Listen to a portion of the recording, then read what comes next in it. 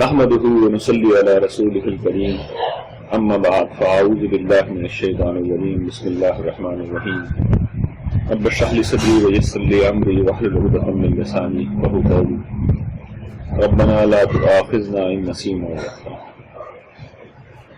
قرآن مجید کی تدریس کے اس سلسلے میں ہم قرآن مجید کے منتخب مقامات کا مطالعہ کریں گے، اور ان مقامات کے مطالعے سے ہمارا اصل مقصد بنیادی طور پر یہ ہے کہ ہم ان مطالبات کا جائزہ لیں اور پھر اپنا جائزہ بھی لیں کہ جو اللہ تعالیٰ نے اپنے بندوں کے سامنے رکھے ہیں اور جن کی بنیاد پر قیامت کے دن میرا اور آپ کا فیصلہ ہے۔ اس پر میں نے پچھلی دفعہ بڑی تفصیل سے گفتگو کی تھی۔ ان میں سے جو پہلا مقام اس دفعہ جس کا انتخاب ہم نے کیا ہے وہ سورہ بقرہ کا آیات ہیں، ابتدائی آیت ہیں، آیت نمبر 1 تا 5، جس کا ہم مطالعہ کریں گے۔ میں چاہوں گا کہ بہت اختصار کے ساتھ میں اس سورت کا تھوڑا سا پس منظر آپ کو بیان کر دوں، یہ قرآن فہمی کے پہلو سے بہت مفید ہوگا۔ دیکھیے، ہم جانتے ہیں کہ رسول اللہ صلی اللہ علیہ وسلم اللہ کے نبی اور رسول تھے، اور آپ کے اوپر اللہ تعالیٰ نے جب وحی بھیجی تو آپ نے اپنے قبیلے والوں یعنی قریش کو دین کی دعوت دینا شروع کی۔ 13 برس تک اپنے قبیلے والوں کو، مشرکین مکہ کو، قریش کے لوگوں کو دین کی دعوت دی۔ اس عرصے میں وہ مخالفت کرتے رہے، زیادہ تر جو ان کے سردار تھے، جو بڑے لوگ تھے، انہوں نے اس دعوت کو، اس کی سچائی کو ماننے سے انکار کر دیا۔ نہ صرف انکار کیا بلکہ انہوں نے مخالفانہ مہم چلائی، اناد کا مظاہرہ کیا، نہ ماننے کی روش کو اختیار کیا۔ ایک طرف وہ یہ سب کچھ کر رہے تھے اور دوسری طرف ان کی پیٹھ ٹھوکنے کے لیے جو پچھلی امت مسلمہ تھی یعنی یہود تھی، ان کی لیڈرشپ بھی موجود تھی۔ مکہ میں وہ لوگ کھل کے سامنے نہیں آئے، لیکن اگر میں کبھی آپ کو پورا قرآن اگر کبھی پڑھاؤں گا، اور خاص طور پر سورہ اعراف مثال کے طور پر، سورہ نحل اور کئی صورتیں ہیں، اور سورہ بنی اسرائیل اگر میں آپ کو پڑھاؤں تو میں بتا سکتا ہوں کہ وہاں پر قرآن مجید بالکل واضح ہے کہ اب یہود بھی ضمنی طور پر زیر بحث آ چکے۔ تو یہ سلسلہ چل رہا تھا یہاں تک کہ آخری وہ صورت نازل ہونا شروع ہوئی جو ہجرت سے پہلے رسول اللہ صلی اللہ علیہ وسلم پر نازل ہوئی، یعنی اس میں تمام حجت کر دیا گیا، بات جو سمجھانی تھی سمجھا دی گئی، جو بتانا تھا بتا دیا گیا۔ جب لوگوں نے نہیں مانا تو اب یہ فیصلہ ہو گیا کہ مشرکین مکہ کو حرم کی قبولیت سے، یعنی حرم کی جو پاسبانی کا منصب انہیں دے رکھا تھا اس سے فارغ کر دیا گیا، اور یہود جو بیت المقدس کے متولی تھی، عملاً تو نہیں رہے تھے لیکن بہرحال ان کی حیثیت 1500 برس تک رہی تھی، تو ان کو اس منصب سے دونوں کو فارغ کر دیا گیا۔ یہ کب ہوا؟ جس وقت رسول اللہ صلی اللہ علیہ وسلم نے ہجرت کی۔ تو ہجرت سے پہلے ایک بڑی غیر معمولی صورت ہے سورہ بنی اسرائیل، اللہ تعالیٰ نے نازل کی، اور یہ بڑی صورت ہے جس میں آپ کو پتا ہے کہ ہجرت کے بھی متعلق بھی آیات ہیں۔ بڑی مشہور دعا اس میں سکھائی گئی ہے کہ ربی ادخلنی مدخل صدق واخرجنی مخرج صدق واجعلنی من لدنک سلطانا نصیرا۔ تو یہ وہ دعا تھی جب آپ کو سکھائی گئی، اور اس میں بتا دیا گیا تھا کہ آپ اس مکہ سے نکلیں گے اور عزت کے ساتھ مدینہ میں داخل ہوں گے، اور وہاں پر ایک سلطنت ریاست کا اس کی مدد آپ کو مل جائے گی۔ تو اس صورت کا جب آغاز ہوتا ہے تو دیکھیے بڑا دلچسپ آغاز ہے۔ اس میں اللہ تعالیٰ کہتے ہیں کہ بڑا مشہور واقعہ اسرا معراج کے نام سے جو مشہور ہے، سبحان الذی اسری بعبدہ لیلا من المسجد الحرام الی المسجد الاقصی الذی بارکنا حولہ لنریہ من آیاتنا انہ هو السمیع البصیر۔ یہ پاک ہے وہ ذات جو اپنے بندوں کو رات مسجد حرام سے دور کی مسجد یعنی مسجد اقصی لے گئی، اور وہ جگہ ہے جس کی ارد گرد اللہ تعالیٰ نے برکت رکھی۔ اور یہ وہ واقعہ ہے جسے ہم جانتے ہیں اس طرح کے نام سے ہم بیان کرتے ہیں۔ یہ دراصل بیت المقدس علامت ہے یہود کی، اور حرم علامت ہے مشرکین مکہ کی۔ رسول اللہ صلی اللہ علیہ وسلم کو یہ سارے مشاہدات کرائے گئے اور آپ کو بتا دیا گیا کہ اے نبی، میرے بندے، میرے محبوب، میں فارغ کر رہا ہوں سے۔ یہود بھی فارغ، مشرکین مکہ بھی فارغ، اب اقتدار غلبہ تمہیں دیا جائے گا۔ یہ دینے کا جب فیصلہ اللہ تعالیٰ نے کیا، اس صورت میں اللہ تعالیٰ نے جو پچھلی امت مسلمہ تھی یہود، ان کے متعلق اللہ تعالیٰ نے اس صورت میں فوراً ذکر کرنا شروع کیا، اور یہ بتایا کہ یہود نے اپنی تاریخ میں 2 بہت بڑے فساد مچائے، یعنی ان کے متعلق تو قانون تھا کہ وہ فساد کریں گے تو اسی دنیا میں انہیں سزا دی جائے گی۔ تو اللہ تعالیٰ نے بتایا کہ انہوں نے 2 دفعہ فساد مچائے، ہم نے ان کو 2 دفعہ سزا دی، بڑی زبردست سزا دی۔ اور اس کے بعد اللہ تعالیٰ نے قانون بیان کیا ان احسنتم لانفسکم ان اسأتم فلا، یعنی پہلے فساد کے بعد جب وہ مکمل طور پہ برباد ہو گئے لیکن پھر انہوں نے توبہ کی، رجوع کیا، تو اللہ تعالیٰ نے ان کو مال و اولاد میں لوٹایا اور دوبارہ وہ پہلے سے زیادہ بڑی طاقت بنتی ہو گئی، بیت المقدس دوبارہ ان کا قبضہ ہو گیا، پہلے حملے میں برباد ہو گیا۔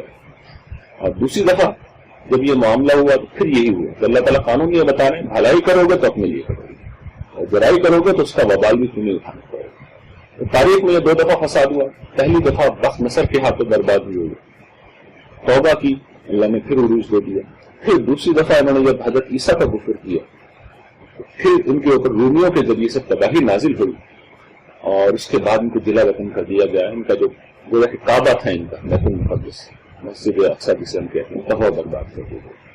اب اللہ تعالیٰ ان سے مخاطب ہو کر کہتے ہیں کہ دیکھو میں اپنے محبوب کو، اپنے نبی کو تمہارے پاس بھیجا ہوں، یعنی ہجرت کر کے ابھی تمہارے پاس آنا ہے۔ تو اللہ تعالیٰ کہتے ہیں عسیٰ ربکم ان یرحمکم، عسیٰ کا مطلب ہوتا ہے شاید، لیکن جب یہ اللہ تعالیٰ کی نسبت سے آتا ہے تو اس کا مطلب یہ ہوتا ہے کہ یقینی طور پہ ایسا ہی ہوگا، یعنی اللہ تعالیٰ نے طے کر لیا ہے، وہ چاہتا ہے، اس کا ارادہ ہے کہ تم کو اب رحم کرے، اس لیے میں مدینہ بھیجوں۔ اس بستی کا انتخاب اس لیے کیا گیا کہ تم موجود ہو اور تمہارے میرے تعلقات ایک زمانے میں بڑے اچھے تھے، تم نے معاملات خراب کیے، تم ٹھیک کر لو، ٹھیک کر لو، جب کر لو گے تو میں تم پر رحم کروں گا۔ وَإِنْ عُدْتُمْ عُدْنَا، تم اپنی نافرمانی کے ساتھ لوٹو گے تو یاد رکھنا کہ میں اپنی سزا کے ساتھ لوٹوں، تم سرکشی کے ساتھ لوٹو گے تو میں سزا کے ساتھ لوٹوں گا۔ یہ قرآن مجید کلیہ قاعدہ یہاں پہ بیان کیا ہے۔ اب یہ عظیم پیش ہوئی بھی، یہ بھی سمجھ لیجیے کہ تاریخ میں یہ ہوا، یہ اپنی سرکشی کے ساتھ لوٹے، اللہ تعالیٰ اپنی سزا کے ساتھ لوٹے۔ اور ہم جانتے ہیں کہ یہود کو قتل بھی کیا گیا، یہود کو جلا وطن بھی کیا گیا اور ان کے اوپر غلامی بھی مسلط کی گئی، جتنی ممکنہ سزائیں ہو سکتی تھیں سب یہود مدینہ کو دی گئی۔ یہ وعدہ اللہ تعالیٰ کا یہ چند برسوں میں پورا ہوا۔ یہ سورہ بنی اسرائیل میں مکہ میں اللہ نے بتا دیا۔ اب جس وقت آپ مدینہ پہنچتے ہیں تو پہلی جو سورت، بڑی سورت نازل ہو رہی ہے وہ یہی سورہ بقرہ ہے جس کا ہم بتانا شروع کریں۔ یہ پس منظر سے میں نے آپ کو بتا دیا۔ تو اس سورہ بقرہ کے مخاطبین یہودی ہیں اور ان کا شروع میں بظاہر ذکر نہیں ہے، لیکن ہر آیت کے پس منظر میں ہمیں یہود کھڑے ہیں کیونکہ وہی اس کے مخاطبین ہیں۔ تو یہ پس منظر اگر واضح رہے گا آپ کے اوپر تو جو آج چیزیں ہم پڑھ رہے ہیں وہ آپ کو بہت اچھی طرح سمجھ میں آئیں گی۔ سورت شروع ہوتی ہے، اللہ تعالیٰ ارشاد فرماتے ہیں بسم اللہ الرحمن الرحیم الف لام میم ذالک الکتاب لا ریب فیہ ھدی للمتقین۔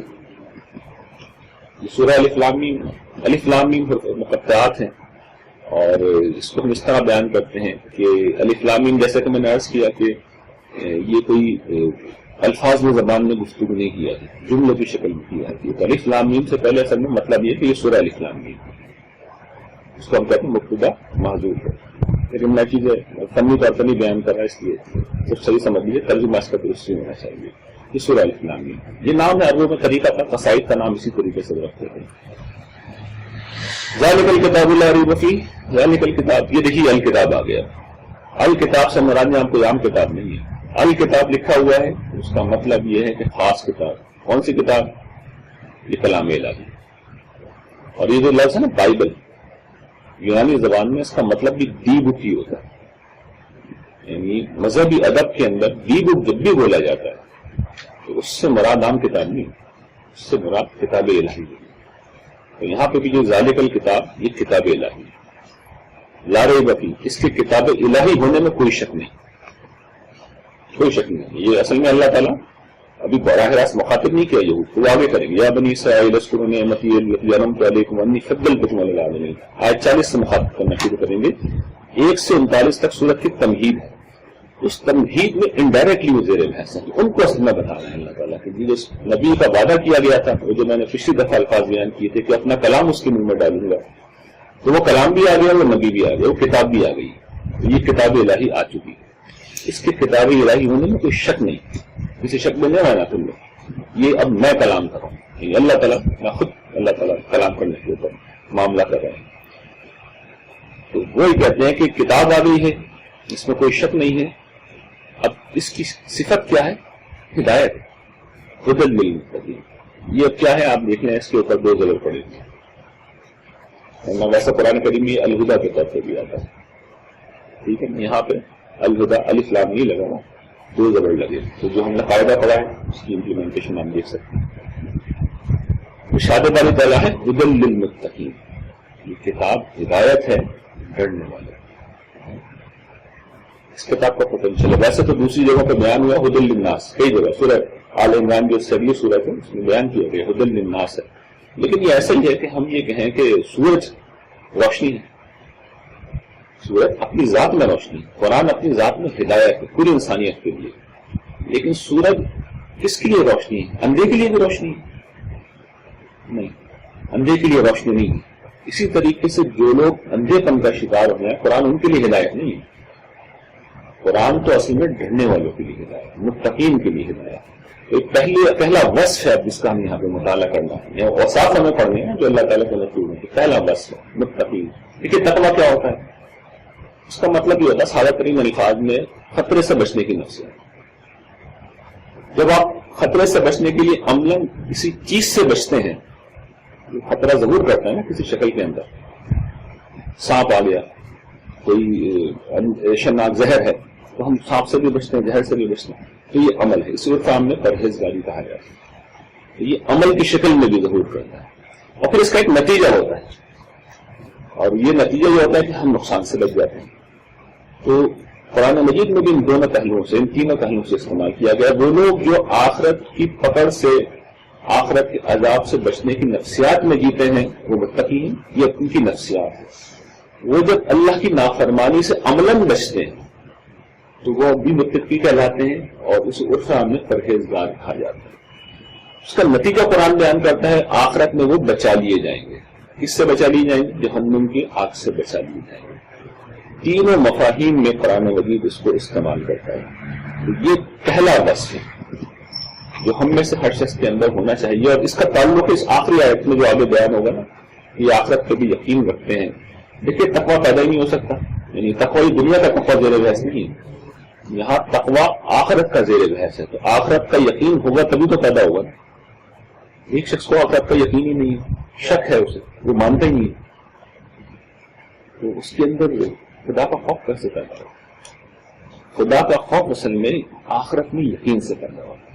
اور ہم قرآن مجید میں پڑھے ہیں جگہ جگہ کہ یہود جو ہوتے ہیں اور زوال پذیر جو امتیں ہوتی ہیں جیسے کہ آج کے مسلمان ہیں، ان کے بظاہر پوری دینداری نظر آئی، وہ تقویٰ سے خالی ہوگی، یعنی خدا کے خوف سے خالی ہوگی، آخری درجے میں خالی ہوگی. میں نے اس پہ ایک دفعہ کوٹیشن لکھا تھا جو میری کتاب حکمت کی باتوں کا حصہ ہے.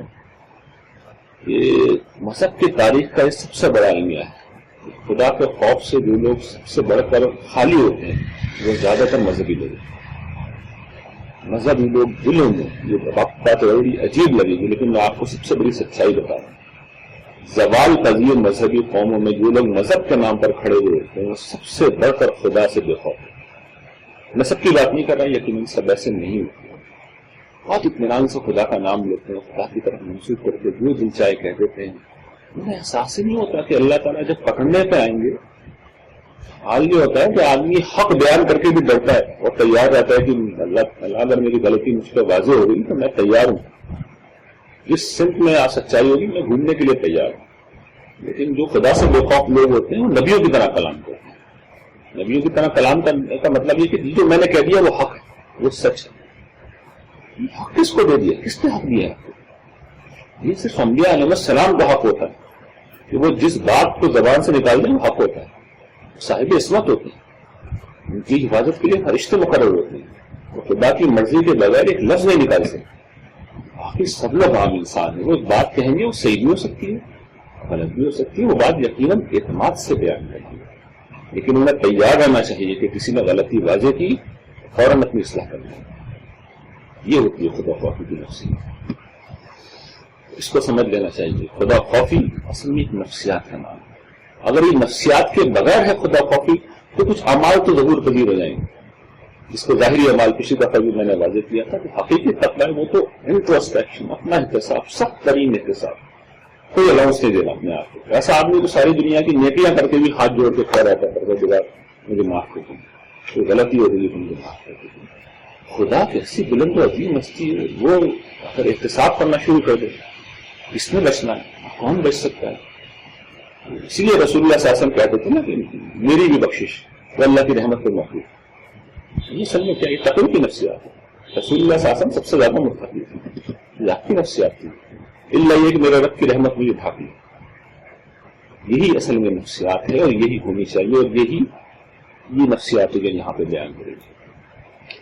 پھر اگلی جو چیز یہاں بیان ہو رہی ہے الذین یؤمنون بالغیب، کہ یہ وہ لوگ ہیں جو عام طور پر اس کا ترجمہ یہ کیا جاتا ہے کہ غیب پر ایمان لاتے ہیں، لیکن یہ ترجمہ اس پہلو سے، یہ ٹیکنیکلی زبان کے پہلو سے بالکل ٹھیک ہے. مانیت اس لیے اس کی نہیں بن گئی کہ بہت سے غیب تو آگے بیان ہو رہا ہے، آگے بیان ہو رہا ہے کہ جو تم پہ نازل ہوا اس پہ بھی ایمان لاتے ہیں، جو تم سے پہلے نازل ہوا اس پہ بھی ایمان لاتے ہیں، آخرت پہ بھی یقین رکھتے ہیں. تو بھائی جو حضور پہ نازل ہوا وہ تو فرشتے لے کے آتے تھے، فرشتوں کو کس نے دے رہا؟ آخرت تو سرکسر غیب کا معاملہ ہے، جنت، جہنم، قیامت، یہ کس نے دیکھی ہے؟ اللہ تعالیٰ قیامت کے دن ظاہر ہوں گے، غیب سے پردہ اٹھائیں گے، وہ بھی اس پہلو سے آخرت کے اندر ہی ظاہر ہوں گے. تو بیشتر غیب تو یہی ہوگی سوائے توحید کو چھوڑ دیں، بنیادی عقائد میں سے فرشتے، کتاب، آخرت سب آگے بیان ہو رہی ہیں. تو یہاں غیب سے مراد وہ تو نہیں ہو سکتا سارے عقائد جو ہمارے غیب میں. ایک دوسری زبان کے پہلو سے تعبیر اس کی ہو سکتی ہے جب ہم یہ کہیں کہ یہ جو بے ہے یہ ظرف کا ہے. ٹیکنیکل بحث کو چھوڑ کے بتا رہا ہوں، مطلب یہ ہے غیب میں رہتے ہوئے مان لیتے ہیں، غیب میں رہتے ہوئے مان لیتے ہیں، غیب میں رہتے ہوئے ایمان لاتے ہیں. مطلب کیا ہے؟ یہ اصل صحابہ کرام بیان ہو رہے ہیں. یعنی قرآن کریم جب نازل ہو رہا ہے تو وہ ہوا میں تو نازل نہیں ہو رہا ہے. کچھ لوگ یہودی اگر زیر بحث ہیں تو جنہوں نے ایمان لائے ہیں وہ بھی زیر بحث ہیں. صحابہ کرام کا کردار بیان ہے. یہ وہ لوگ ہیں جن کا مذہب نسلی مذہب اسلام نہیں تھا. صحابہ کرام کا، میرا آپ کا تو ہے، ان کا نہیں تھا. وہ تو دین شرک کے علم بردار تھے. توحید کی دعوت ملی اور معقول لگی، دلائل پر مبنی لگی، عقل و فطرت کے مطابق لگی، وہ ایمان لے آئے. آنکھیں بند کر کے ایمان نہیں لائے. بھائی جو آدمی اپنے عقیدے کو چھوڑے گا اس کے سمجھ میں آئے گا تبھی ایمان لائے گا. یعنی آپ اندھے ہو گئے تو اپنے عقیدے کو، پیدائشی عقیدہ اس کو مان سکتے ہیں. آپ شیعہ ہیں تو شیعہ ہو سکتے ہیں، دیوبندی ہیں تو دیوبندی ہو سکتے ہیں، بریلوی ہیں تو بریلوی ہو سکتے ہیں، آپ یہودی ہیں تو یہودی ہو سکتے ہیں، عیسائی ہیں تو عیسائی ہو سکتے ہیں. ایک شخص جو مذہب تبدیل کر رہا ہے اس کو تو سوچنا پڑے گا، اسے تو دلائل سے مطمئن ہونا پڑے گا. تو غیب کا مطلب یہ نہیں کہ اندھوں کی طرح ایمان لا. مطلب یہ اصل پس منظر میں کون ہے؟ یہودی ہیں. یہودیوں کی یہ نفسیات ہے، وہ سمجھ لیجیے بڑی عجیب قوم تھی. ہم کون سے کم عجیب، ہم بھی بہت عجیب ہیں. اس کی داستان اب کیا بیان کروں. قرآن کہتا ہے نا، بیان کرتا ہے سورہ نساء میں ان کے کارنامے. یسألک اہل الکتاب ان تنزل علیہم کتاب من السماء، اہل کتاب تم سے مطالبہ کرتے ہیں ان پر آسمان سے کتاب نازل کرو، براہ راست کتاب دے تب تمہیں نبی مانیں گے. اللہ تعالیٰ کہتے ہیں وقد سألوا موسیٰ اکبر من ذلک، یہ موسیٰ سے اس سے پہلے اس سے بھی بڑی چیز کا مطالبہ کر چکے ہیں. وہ چیز کیا تھی؟ فقالوا ارنا اللہ جہرا، انہوں کا مطالبہ یہ تھا کہ اللہ تعالیٰ کو کھلم کھلا اعلانیہ دکھاؤ تب مانیں گے. غیر میں رہ کے ایمان لانے کے لیے تیار نہیں، سامنے دکھاؤ. ارنا اللہ جہرا، یہ کتاب تمہارے اوپر فرشتہ لے کے اترے، ہم اپنی آنکھوں سے فرشتے کو دیکھیں تب مانیں گے کہ تم اللہ کے نبی اور رسول. اس طرح کی یہ بےہودہ سوالات تھے، ان کو قرآن میں جواب دینا بھی مناسب نہیں سمجھا. تو یہ بتایا جا رہا ہے کہ جو میرے پسندیدہ بندے ہوتے ہیں وہ میں رہتے ہوئے معقول بنیادوں کو چیزوں کو مان لیتے ہیں، اس طرح کے مطالبات نہیں کرتے. تو یہ دوسری چیز ہے، یہ دوسرا وصف ہے. یعنی دین کو جب بھی سمجھے تو عقلی بنیادوں کو سمجھو. میں یہ نہیں کہہ رہا کہ دین کے ہر حکم پہ آپ عمل کرتے ہو کہ یہ کہیں کہ جی مجھے عقلی طور پر سمجھاؤ تبھی میں مانوں گا. جب آپ ایمان کے دائرے میں آ گئے تو بہرحال آپ کو حکم ماننا ہے. لیکن توجہ دلانے کا مطلب یہ ہے کہ اسلام کی دعوت اتنی زیادہ عقلی بنیادوں پر قائم ہے کہ ہمیں آج کل کے عقلی دور میں جب لوگ سوالات اٹھاتے ہیں تو بالکل نہیں گھبرانا چاہیے، بالکل پریشان نہیں ہونا چاہیے. ہم اپنی دعوت کو، اپنے ایمان کو، اپنے عقائد کو ہر عقلی پیمانے پہ ثابت کر سکتے ہیں. انشاءاللہ العزیز جب میں پڑھاؤں گا قرآن مجید کی جو ایمانیات اور دلائل پڑھاؤں گا تو بالکل دل کی روشنی کی طرح یہ واضح ہو جائے گی کہ قرآن مجید اس معاملے میں کمال کرتا ہے. اس طرح چیز کو ثابت کرتا ہے کہ بڑے سے بڑا فلسفی اور ایک عام آدمی سب بالکل مطمئن ہو سکتے اگر وہ معقول طریقے سے سوچ سکتے. لیکن دین کا یہ مطالبہ ہے. تیسری چیز یقین الصلاۃ، وہ نماز قائم کرتے ہیں. دیکھیے نماز کیا ہے یہ سمجھ لیجیے. نماز بہت زیادہ زیر بحث ہے کہ مقامات پر، اس لیے میں بہت بریف صرف ایک دو باتیں بتا رہا ہوں. نماز کس چیز کا استعارہ ہے؟ ایک دوسری جگہ پہ کہا گیا سورہ انعام میں غالباً قل ان صلاتی ونسکی ومحیایا ومماتی للہ رب العالمین. اے نبی ان سے کہیے کہ میری نماز، میری قربانی یعنی میرا جینا اور میرا مرنا اللہ رب العالمین کے لیے ہے. قربانی موت کی علامت ہے، مروں گا تو اللہ کے لیے مروں گا، یہ قربان کر کے جانور میں بڑھا. اور میری نماز اس کی علامت ہے کہ میرا جینا اللہ کے لیے ہے. جس وقت آپ صبح کے وقت سو رہے ہوتے ہیں، دوپہر کے وقت کام کر رہے ہوتے ہیں، عصر کے وقت اپنے دفتر میں ہوتے ہیں، مغرب کے وقت گھر کی طرف لوٹ رہے ہوتے ہیں، عشاء کے وقت کھانا کھا رہے ہوتے ہیں، ایک پکارنے والا پکارتا ہے اور آپ سارے کام چھوڑ کر کھڑے ہو جاتے ہیں اور یہ بتاتے ہیں کہ میں آزاد نہیں ہوں، میں غلام. جس طرح ہم ملازمت کرتے ہیں، حاضری لگاتے ہیں دفتر میں جاتے ہیں، جی میں سر، یس سر، پریزنٹ سر، میں حاضر ہوں، میں عامر ہوں، میں آزاد نہیں ہوں، میں خاوند ہوں، میں 8 گھنٹے کے لیے سے آپ کا غلام ہوں. ہم 24 گھنٹے کے لیے اپنے رب کے غلام ہیں. اس کی عنایت ہے، اس نے رات کے اوقات میں ہمیں. اور یہ جو نمازیں آپ سمجھ لیں اصل میں ہر پہر کے اوپر فرض ہیں. فجر اصل میں پہر کا نام ہے. دن میں 8 پہر ہوتے ہیں تو 3 پہر تو اللہ نے سونے کے لیے دے دی. پہلا پہر فجر، پھر دوپہر جسے ظہر کہتے ہیں، پھر سحر جسے عصر کہتے ہیں، مغرب چوتھا پہر، عشاء 5واں پہر، شب کا آغاز ہے. 3 پہر سونے کے لیے اللہ تعالیٰ نے دے دی. یہ ہم کیا بتا رہے ہیں؟ ہم یہ بتا رہے ہیں کہ میں پابند ہوں، میں غلام ہوں. اور اس اسپرٹ کے ساتھ آپ کو اگلی دفعہ جب نماز پڑھیں سجدے میں جا کے اللہ تعالیٰ سے صرف یہ جملہ کہہ دیجیے کہ اس شخص نے ہمیں یہ بتایا ہے نے کہ یہ اللہ تعالیٰ سے کہنا کہ میں سجدے میں جو کہہ رہا ہوں کہ میں یہ سجدے کا مطلب یہ ہے، کام چھوڑ کے آنے کا مطلب یہ ہے کہ میں غلام ہوں، آزاد ہوتا تو نہیں ہے. میری اس غلامی کو میں آپ سے سچ عرض کرتا ہوں ایسا سجدہ آپ کو نصیب ہوگا کہ آپ اندازہ نہیں. صرف یہ جا کے اللہ تعالیٰ سے کہہ دیجیے پروردگار میرے اٹھ کے آنے کا مطلب یہ، کام چھوڑ کے یہاں آنے کا مطلب یہ، میری نماز میں خشوع نہیں ہے، خضوع نہیں ہے، بہت اچھی نماز نہیں، لیکن یہ سجدہ یہ بتا رہا کہ میں آپ کا غلام ہوں، اسی لیے آئے ورنہ نہیں آئے. پھر آپ کو پتہ چلے گا کہ نماز کیا، آپ کو پتہ چلے گا کہ نماز کیا کس طرح. اور پھر اللہ تعالیٰ کی یہ رحمت بندے کے اوپر متوجہ ہوتی ہے، ٹوٹ کر متوجہ ہوتی ہے، تو پھر اللہ تعالیٰ بھی کہتے ہیں میرا غلام ہے، میرا غلام ہے. اور جس سے اللہ تعالیٰ یہ کہیں اس کی خوش نصیبی میں کیا کہنا. یہ احساس جب نماز پڑھنے جائیں تو اپنے دل میں یہ احساس پیدا کریں کہ آزاد ہوتا تو نہیں جاتا، بندہ نہیں ہوتا تو نہیں جاتا، اس لیے جا رہا ہوں کہ بندہ اور میں اپنے مالک کو بننے جا رہا ہوں. جس طرح ملازمت کا ہر روز جاتا ہوں اس لیے جا رہا ہوں. اور یہود کی یہ صفت سمجھ لیجیے کہ ان کا معاملہ قرآن نے بیان کیا ادا الصلاۃ واتبعوا الشہوات. یہ وہ لوگ ہیں جنہوں نے اپنی نمازوں کو ضائع کیا، اپنی خواہشات کی پیروی کی. ہر آیت میں آپ کو پڑھ کے سنا دوں گا کہ یہود کا برعکس رویہ قرآن میں بیان کیا اور صحابہ کرام کا یہ رویہ بیان ہو رہا ہے کہ یہ نمازوں کو قائم کرو. اور یہ تو پڑھتے نہیں تھے نا نماز، ان کی گٹی میں نہیں پڑیں گی، آزاد لوگ تھے، پابندی انہوں نے خود کی، پابند زندگی کا گویا کہ کنایا. پھر اگلی چیز وَمِمَّا رَزَقْنَاهُمْ يُنْفِقُونَ. یہ بھی ہم بار بار اس مطالبے کو پڑھیں گے. یہاں پر بھی صرف ایک چیز کی طرف میں توجہ دلانا چاہتا ہوں، وہ یہ کہ یہ جو اللہ تعالیٰ فرماتا ہے نا جو رزق ہم نے دیا ہے اس میں سے خرچ کرتے ہیں. تو خرچ کرنے کی ایک نفسیاتی ہوتی ہے کہ آدمی یہ کہہ رہا ہے کہ میں نے اپنا مال تو دے دیا لوگوں اور کتنا دیا، لیکن یہاں قرآن مجید کیا کہہ رہا ہے جو رزق ہم نے دیا ہے، جو ہم نے دیا ہے اس میں سے خرچ کرتے ہیں. یہ نفسیات میں تبدیلی لانا ہے. اللہ تعالیٰ جو ہم نے دیا ہے سب اس نے دیا ہے، اس نے دیا ہے، اس میں سے اگر کچھ حصہ اس کے کہنے پر خرچ کر دیا تو ہم نے بتائیے کون سا احسان کیا. احسان تو اس کا جس نے سب کچھ دیا، احسان تو اس کا ہے جس نے سب کچھ دیا. اس سب کچھ میں سے تھوڑا سا اگر خرچ کیا، مما ہے اس میں سے کچھ، سارا تو نہیں مانگا، اس کا حق تھا کہ وہ سارا بھی مانگ سکتا تھا، نہیں مانگا تھوڑا سا. مما کا مطلب ہوتا ہے اس میں سے کچھ حصہ خرچ کر دیا. یہ جو کچھ حصہ ہے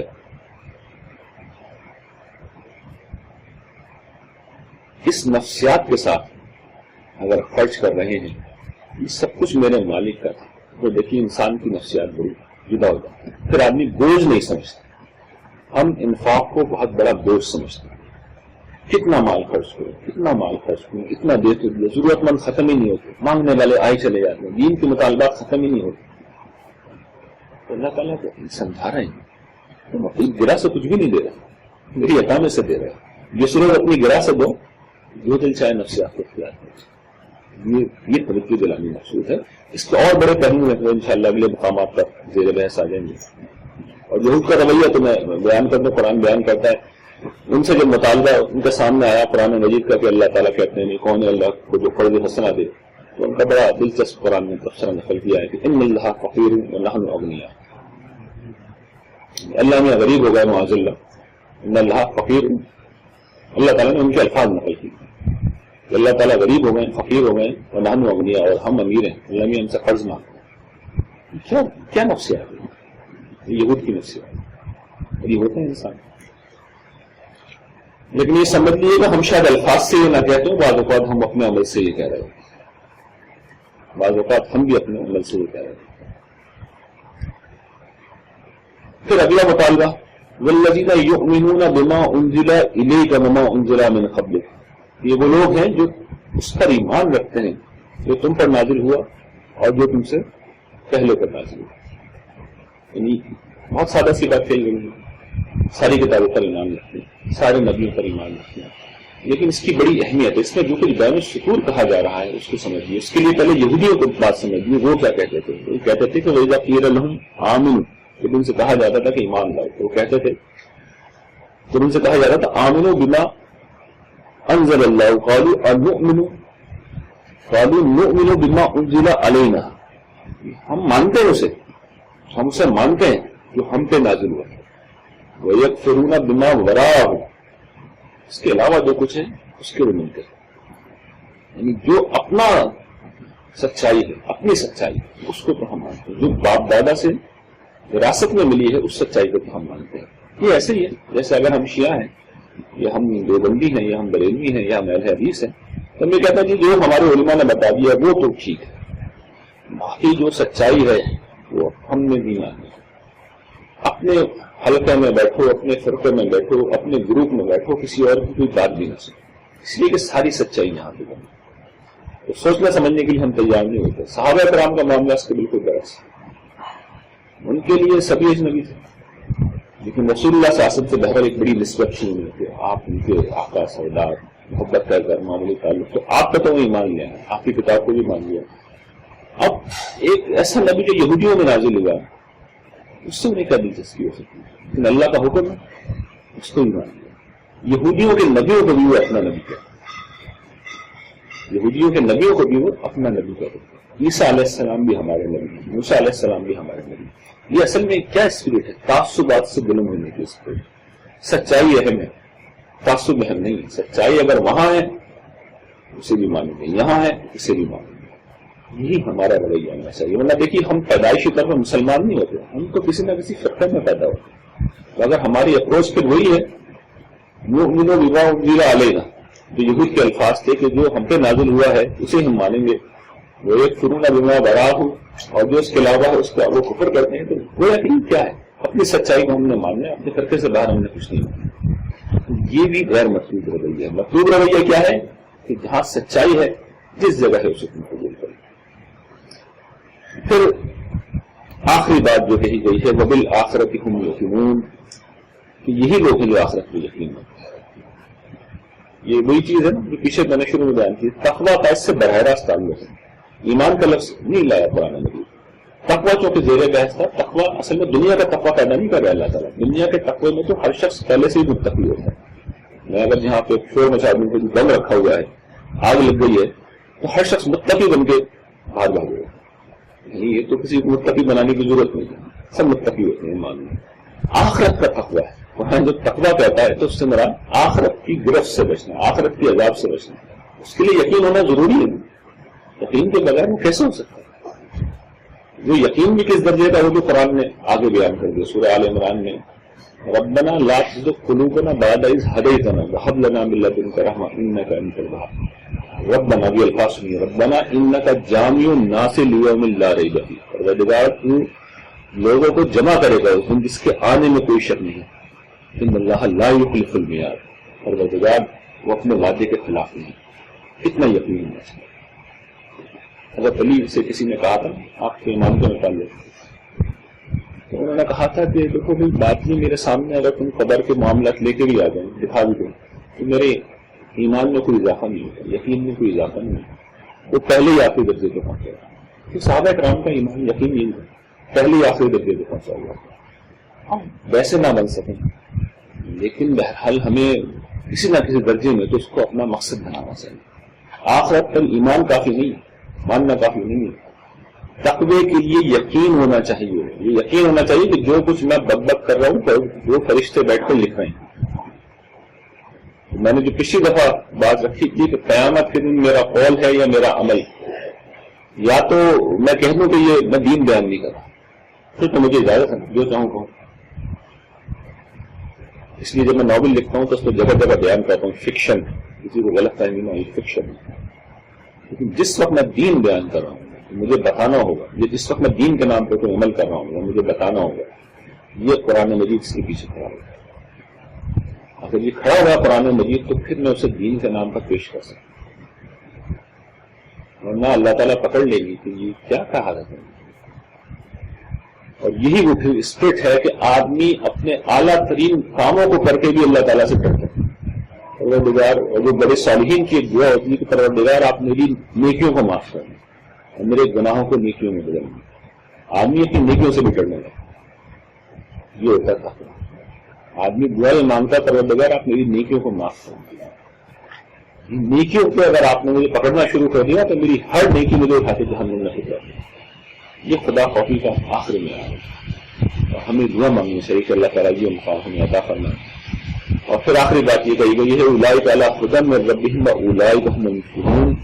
یہی وہ لوگ ہیں جو اپنے پروردگار کی طرف سے ہدایت ہیں، اور یہی لوگ ہیں جو فلاح پانے والے ہیں. کون سی فلاح؟ فلاح سے مراد جنت کی فلاح. جنت کی فلاح، فلاح سے قرآن مجید مراد وہی جنت کی فلاح. اور یاد کی جو پچھلی دفعہ جو میں نے آیات پڑھی تھی، قد افلح من تزکیٰ، فلاح پا گیا وہ جس نے اپنے آپ کو پاکیزہ کیا. بیان کیسے نا یہ آئے وَنَفْسٍ وَمَا سَوَّاهَا فَأَلْهَمَهَا فُجُورَهَا وَتَقْوَاهَا قَدْ أَفْلَحَ مَنْ زَكَّاهَا. فلاح پا گیا وہ جس نے اس نفس کو پاکیزہ بنایا. پاکیزگی اصل میں قرآن کہیں تو پاکیزگی کا لفظ بولتا ہے اور کہیں پہ ان اعمال کی فہرست دے دیتا ہے جو پاکیزہ بنانے سے. آج ہم نے جن اعمال کی فہرست پڑھی اور جو ہم آئندہ بھی پڑھیں گے اصل میں پاکیزہ بنانے والے اعمال ہیں. قرآن مجید جگہ جگہ قرآن مجید یہ بتا دیتا ہے کہ یہ جو عمل کیا ہے تم نے اصل میں تمہیں پاک کر رہے. کس پہلو سے بات کر رہے ہیں؟ خدا کے ساتھ تعلق کو پاکیزہ بنیادوں پر استوار کر رہا ہے اور مخلوق کے ساتھ تعلق کو پاکیزہ بنیادوں پر استوار کر رہا ہے. وآخر دعوانا الحمدللہ رب العالمین.